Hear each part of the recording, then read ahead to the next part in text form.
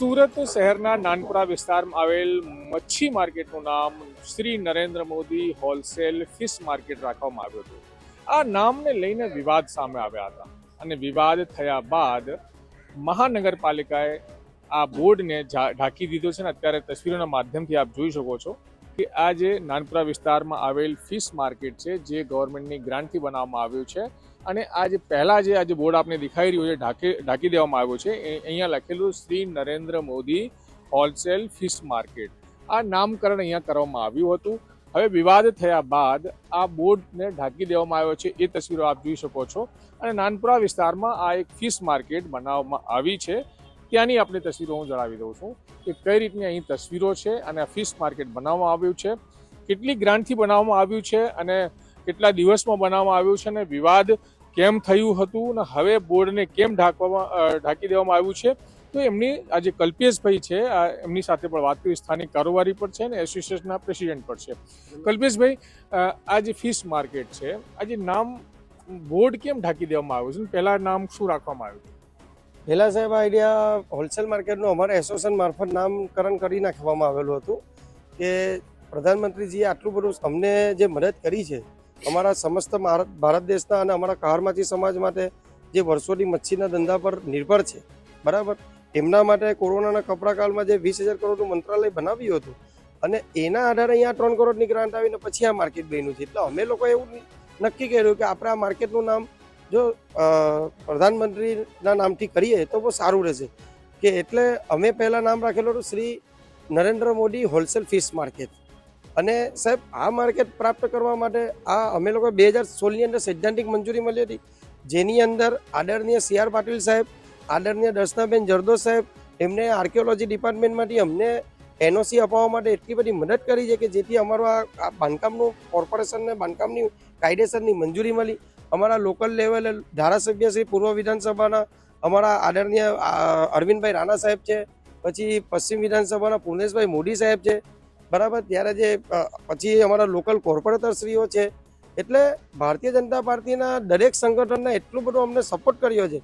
અને લેખિતમાં જેમ કે સંગીતાબેન પાટીલ છે, એના પછી અમારા સુરતના ભારતીય જનતા પાર્ટીના જે અધ્યક્ષજી છે પરેશભાઈ પટેલ સાહેબ, એમને અમને લેખિતમાં આપેલું હતું. કલ્પેશભાઈ, મુદ્દો ખાલી એટલો આપણે એ ચર્ચા છે કે આ જે બોર્ડનું નામ આપ લોકોએ રાખ્યું હતું Shri Narendra Modi wholesale fish market, તો હવે આ કાપડ કોણ ઢાંકી ગયું અને કેમ ઢાંકવામાં આવ્યું? સર, સવારના 10-9 વાગ્યા સુધી હતું.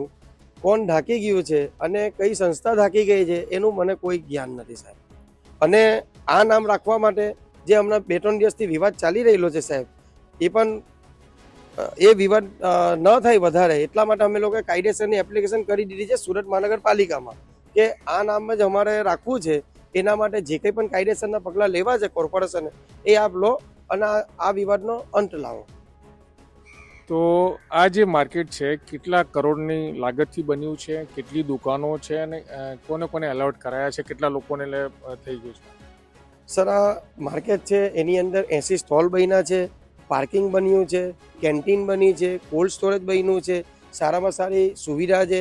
અમારા એસોસિએશનને કોન્ફરન્સ હોલ બન્યો છે, પછી એસોસિએશનની ઓફિસ છે. તમે સ્ટોલ જોઈ શકો છો, નીચે ગ્રાઉન્ડ ફ્લોર પર સ્ટોલ આપ્યા છે, પાર્કિંગની સુવિધા છે, ઉપર ઓફિસ છે, બરાબર છે, લોડિંગ અનલોડિંગની ફેસિલિટી છે, પાણીની ફેસિલિટી છે, ફર્સ્ટ ક્લાસ 24 કલાક વીજળીની ફેસિલિટી છે. એટલે આટલું સારું આધુનિક હોલસેલ ફિશ માર્કેટ જે બનાવીને આપ્યું છે એ શક્ય એમ સમજી લો કે ભારતીય જનતા પાર્ટી એના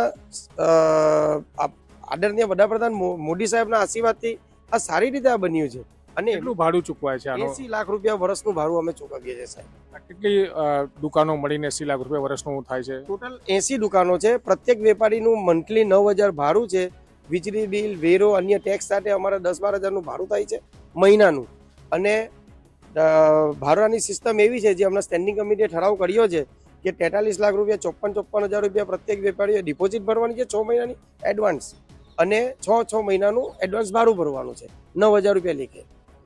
એટલે ટોટલ જે કોસ્ટ કેટલી છે આ પ્રોજેક્ટની અને એમાં કેટલો કોનો ફાળો છે? આઈ થિંક મારા ખ્યાલથી 3 કરોડ રૂપિયા સરકારે આપ્યા છે, પણ એની ઉપર મારા અંદાજ પ્રમાણે 6-7 કરોડ તો ખરા ખર્ચો. 6-7 કરોડ રૂપિયાનો જે ખર્ચો છે, તો અને તો જે પ્રોપર્ટી કોની કહી શકાય, મહાનગરપાલિકાની કે સેન્ટ્રલ ગવર્મેન્ટની? સાહેબ પ્રોપર્ટી તો મહાનગરપાલિકા પહેલા આ છે ને ડિસ્ટ્રિક્ટ સેન્ટર હેતુ આ સંપાદન માટે આ જગ્યા રાજ્ય સરકારના અંદરમાં હતી. પછી રાજ્ય સરકાર પાસે કોર્પોરેશને માંગણી કરીને કોર્પોરેશને કબજો લીધો અને કબજો લીધા પછી સૈદ્ધાંતિક મંજૂરી મેળવી અમારી માંગણીના આધારે, અમારા રજિસ્ટર એસોસિએશનના એપ્લિકેશનના આધારે એની સૈદ્ધાંતિક મંજૂરી 2016 જ મળેલી સાહેબ. ને પછી સુરત મહાનગરપાલિકાએ કબજો લીધો.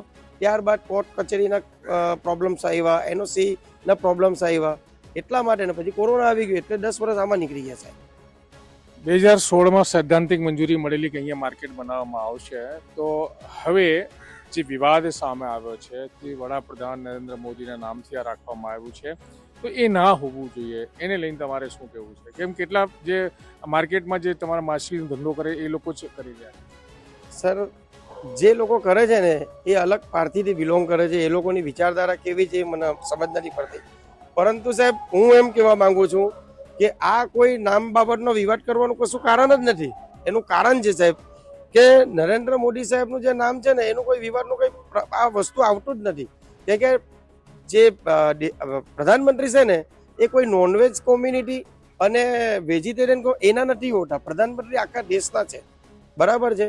એટલે જે લોકો હમણાં વિવાદ કરીને ડિવાઇડ એન્ડ રૂલ, જેમ કે ભાગલા પાડો અને રાજ કરો અને સમાજોની અંદર બી ખોટા રીતના મેસેજો કરો, આવી રીતે એ લોકો ચલાવી રહેલા છે. બાકી આટલી સારી યોજના પ્રધાનમંત્રી મોદી સાહેબે જો લોન્ચ કરી હોય તો એનો ખરેખર આવકાર કરવો જોઈએ અને ગ્રાઉન્ડ પર ઉતરી છે, લોકોને ફાયદો થાય છે. આજે 4 વાગ્યામાં સાહેબ તમે જોશો ને તો અહીંયા પગ મૂકવાની જગ્યા નથી રહેતી. એટલું મોટું પબ્લિક અહીંયા આવે છે. સુરતની સ્વાદપ્રિય જનતા છે અને સી ફૂડ લવર્સ છે. સી ફૂડ ખાવાવાળી બહોળા પ્રમાણમાં સુરતની જનતા છે સાહેબ. હવે જે બોર્ડ ઢાંકી દેવામાં આવ્યું છે એ કોને તરફથી કરવામાં આવ્યું એ મને ખબર નથી સાહેબ. હમણાં સવાર સુધી હતું પણ કોણ ઢાંકી ગયું છે, ક્યારે ઢાંકી ગયું છે એ મને આઈડિયા નથી. પરંતુ એટલું હું તમને કહી શકું છું કે આ આપણા લોકલાડીના વડાપ્રધાન શ્રી નરેન્દ્ર મોદી સાહેબનું નામ રાખવામાં આવે એના માટે અમે કાયદેસરની છે ને એપ્લિકેશન કરી છે સુરત મહાનગરપાલિકાના સ્ટેન્ડિંગ કમિટી ચેરમેન સાહેબને.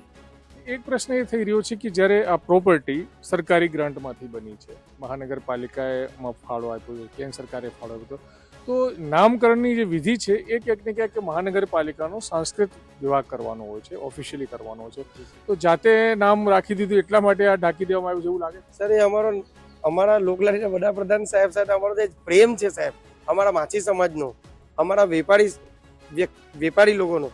કેમ કે સાહેબ આ લડત છે ને 10-12 વર્ષની નથી. અમારા પૂર્વજોના ટાઈમથી 40-50 વર્ષથી આ ચાલતી આવેલી હતી અને એ સપનું સાકાર કર્યું છે અમારા વડાપ્રધાન મોદી સાહેબે. તો સાહેબ કેમ નહીં અમે રાખીએ નામ? અમે અમારી ઈચ્છાથી નામ રાખ્યું છે ને એમાં મોદી સાહેબનું નામ રાખ્યું છે. કોઈ બીજા દેશના, આપણા દુશ્મન દેશના નામ તો રાખ્યું નથી. તો પ્રધાનમંત્રી દેશના છે, દેશનું આટલું સારું કામ કરે છે, બરાબર છે. આજે તમે જોઈ લો સાહેબ, બધી જ બાજુ બધા જ ક્ષેત્રમાં સારામાં સારું કામ થઈ રહ્યું છે. છતાં મહાનગરપાલિકા તો ઢાંકી ગઈ ને કલ્પેશભાઈ? ના સાહેબ, એ મને આઈડિયા નથી કોણ ઢાંકી ગયું. હા, હું એટલું કહી શકું છું કે મહાનગરપાલિકાના અમે કાયદેસરનો એપ્લિકેશન કરી છે. પણ તમે તો બોર્ડ લગાવેલું, તો ઢાંકી કોણ? કે ભૂત આવેલો, ભૂતિયા ડિમોલેશન જેવું નહીં? નહીં, કોઈ ભૂતિયા ડિમોલેશન સાહેબ. એ બી તમને કહી દઉં, આ માર્કેટ બનાવવામાં ડિપાર્ટમેન્ટ ઓફ ફિશરીઝ એમને બી બહુ મદદ કરી છે અને સુરત મહાનગરપાલિકા બી ખરે પગે ઉભો રહીને બિચારાઓએ કામ કર્યું છે. તડકે તાપ નથી જોયો, વરસાદ નથી જોયો, ઠંડી નથી જોયું. બિચારા શ્રમિકોએ બહુ સારી રીતે મહેનત કરીને બનાવ્યું છે સાહેબ.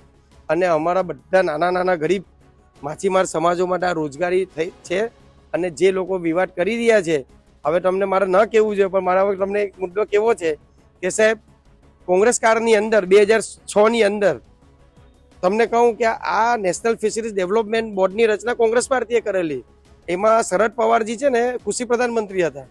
પરંતુ હમણાં જે વિરોધ કરે છે ને અમુક કોંગ્રેસના કાર્યકર્તાઓ સાહેબ, એ લોકોએ કોઈ દિવસ આવી મહેનત નથી કરી કે ચલો ભાઈ 2006માં કોંગ્રેસ માટે બનાવ્યું છે મંત્રાલય, તો આપણે આવું કંઈ માર્કેટનું કંઈ વિચારીએ. આપણે રોડ પર આ સમાજ બેસે છે એના વિશે કોઈ દિવસ વિચાર્યું નથી. આ તમને સાચી હકીકત કહું છું, ઓન કેમેરા કહું છું. હું ડિબેટ કરવા બી તૈયાર છું આ બાબત માટે. અને સાહેબ હું તમને કહું 2006નું આ મંત્રાલય બનાવ્યું, પરંતુ પોકર કોઈ એની અંદર કોઈ જાતનું વર્કઆઉટ થયું નથી ગુજરાતની અંદર, બરાબર છે. પણ ગુજરાતના અંદર આ સૌથી મોટું મચ્છી માર્કેટ છે અને લોકોને રોજગારી મળે છે, એ આખા દરેક પક્ષને ખબર છે. પરંતુ 2014માં આદરણીય નરેન્દ્ર મોદી સાહેબે જેવી વડાપ્રધાન બનવાની શપથ લીધી છે એટલે તરત અમારા કહારવાસી સમાજ માટે એમને વિચાર કર્યો કે નહીં, આવો એક સમાજ છે, બહાદુર સમાજ છે, સાહસિક સમાજ છે, મહેનત કરીને આગળ આવવાવાળો સમાજ છે, આ સમાજને ખરેખર મદદ કરવી જોઈએ. એટલે એમને વડાપ્રધાનજીએ જે મંત્રાલય બનાવ્યું ને સાહેબ, તે જેવી ગ્રાન્ટ લોન્ચ કરી 2020માં, અને આપ જોઈ શકો છો સાહેબ, અહીંયા માર્કેટ આ બન્યું છે અને એક રૂપિયો અહીંયા ખર્ચાયો છે. જે ઉપરથી રૂપિયો આવતો ને રૂપિયો અહીંયા ખર્ચાયો છે. એવું નથી કે 1 રૂપિયો આવ્યો અને નીચે ખાલી 25 પૈસા આવ્યા ને 75 રૂપિયા ગાયબ થયા, આવું કઈ નથી. 6 થી 7 કરોડમાં એમ કહી શકાય. એમાં 3 કરોડ કેન્દ્ર સરકાર, 3 કરોડ તો ભારત સરકારે આપ્યું છે સાહેબ. હવે આનાથી વિશેષ તમને શું કહું? તો કેટલા લોકોને લાભ મળે છે આ માર્કેટમાં? આમાં જો સ્થાનિક સમાજ, અમારો જે કહારમાંથી સમાજનો સમાજ છે, તો એની અંદર અમારા જે 80 વેપારીઓ છે ને, એનું એક સંગઠન છે. એ સંગઠનને લાભ તો મળે જ છે, પરંતુ નાનામાં નાના લાભ એટલે જે મજૂર વર્ગ છે, ઓખા, દ્વારકા, વેરાવળ, પોરબંદરથી આવનારો જે ડ્રાઈવર છે બિચારો, જે ગાડીઓ આવે, આ તમે પાર્કિંગ થયેલી ગાડી જોઈ શકો, કર્ણાટકથી આવી છે. ઓખા, પછી આ સાઉથની ગાડીઓ, આંધ્રપ્રદેશ, તમિલનાડુ, પછી કાકીનાડા, મુંબઈના અહીંયા બાંગડા બહુ પ્રખ્યાત છે, બરાબર છે. દરિયાનું માછલીઓ આવે છે, બરાબર. જેટલા બી વાહનો, એ લોકોને રોજગાર મળે છે, રિક્ષાવાળાને રોજગાર મળે છે, અસંખ્ય લોકોને રોજગાર મળે છે. અસંખ્ય લોકો. પણ છતાંય બોર્ડનો વિરોધ થઈ. અરે સર, હવે તો બિલકુલ આ કલ્પેશભાઈ છે, જે ફિશરમેન પણ છે અને મચ્છી માર્કેટનું હેન્ડલિંગ પણ કરે છે. તો આજે આપણી સાથે વાત કરતા કહી રહ્યા હતા કે કરોડો રૂપિયાના ખર્ચેથી આ ફિશ માર્કેટ બનાવવામાં આવ્યું છે, અને જે વિરોધ ક્યાંક ને ક્યાંક માર્કેટ લઈને થયું છે, કેમ કે જે Shri Narendra Modi wholesale fish market આનું નામ રાખવામાં આવ્યું હતું, તેને લઈને વિરોધ થયો હતો. ને હવે જે બોર્ડ છે, હું ફરીથી આપને દ્રશ્યો બતાવી દઈશ, કારણ કે આ જે ન્યૂઝ છે આ ફક્ત ને ફક્ત બોર્ડ પૂરતી છે, કે આ બોર્ડ જે લખવામાં આવ્યું હતું Shri Narendra Modi wholesale fish market, આ બોર્ડને લઈને જ કેટલાક સ્થાનિક લોકોએ આનો વિરોધ કર્યો હતો કે વડાપ્રધાન નરેન્દ્ર મોદી શાકાહારી છે, તો એમના નામથી આ ફિશ માર્કેટનું નામ ના હોવું જોઈએ.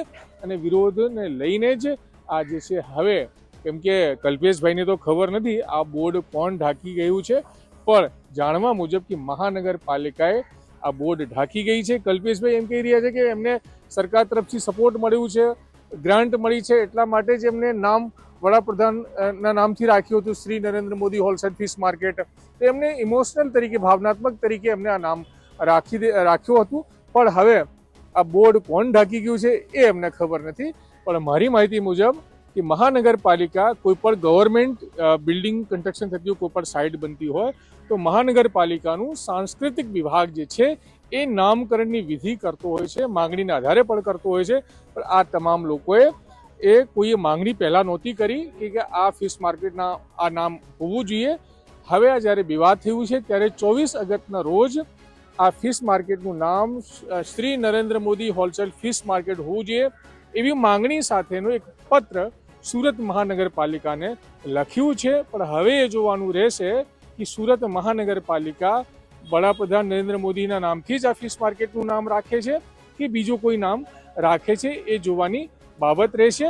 પણ વડાપ્રધાન શ્રી નરેન્દ્ર મોદી હોલસેલ માર્કેટના નામથી જે આ ફિશ માર્કેટ નામ રાખવામાં આવ્યું હતું, એને લઈને વિવાદ થતાં હવે બોર્ડ ઢાંકી દેવામાં આવ્યું છે. સંજયસિંહ રાઠોડ, ગુજરાત તક, સુરત.